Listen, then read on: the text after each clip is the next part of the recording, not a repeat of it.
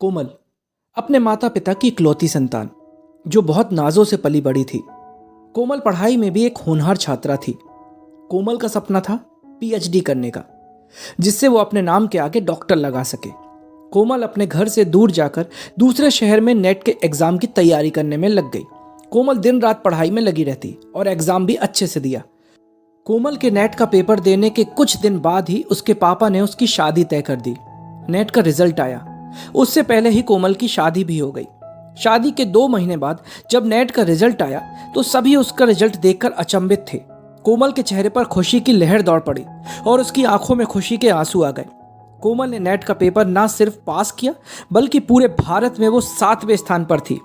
ससुराल और मायके दोनों जगह एकदम खुशी का माहौल था। कोमल के ससुर चाहते थे कि अब वो जॉब करे, पर कोमल का सपना था आगे पढ़ाई करने का। वो पीएचडी करना चाहती थी, जिसके लिए उसे कुछ वक्त के लिए ससुराल और पति से दूर और अलग रहना था।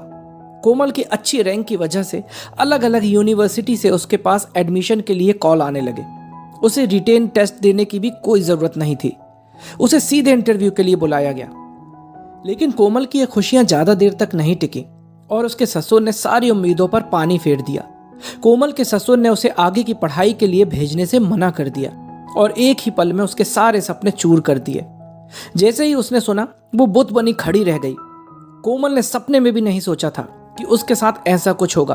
उसके पैरों तले जमीन खिसक गई। जब ये बात कोमल के पापा को पता चली तो वो तुरंत कोमल के ससुर से मिलने के लिए उनके घर गए। कोमल के पापा इस बात से बहुत क्रोधित थे और बहुत समझाने पर भी जब कोमल के ससुर नहीं माने तो उन्होंने कोमल को अपने साथ लाने का फैसला किया। कोमल के पापा ने कहा, यदि आप लोग कोमल को आगे बढ़ने से रोकते हैं तो मैं उसे अपने साथ ले जाऊंगा और वहीं से वो आगे की पढ़ाई करेगी।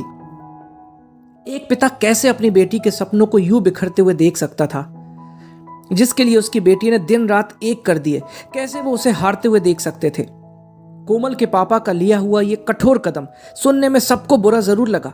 लोगों ने ताने भी दिए कि वो अपनी बेटी का घर उजाड़ रहे हैं, पर एक परिवार का असली मतलब समझने की जरूरत थी। काश कोमल के पापा उसकी शादी में इतनी जल्दबाजी न करके उसे पहले अपनी मंजिल तक पहुंचने देते।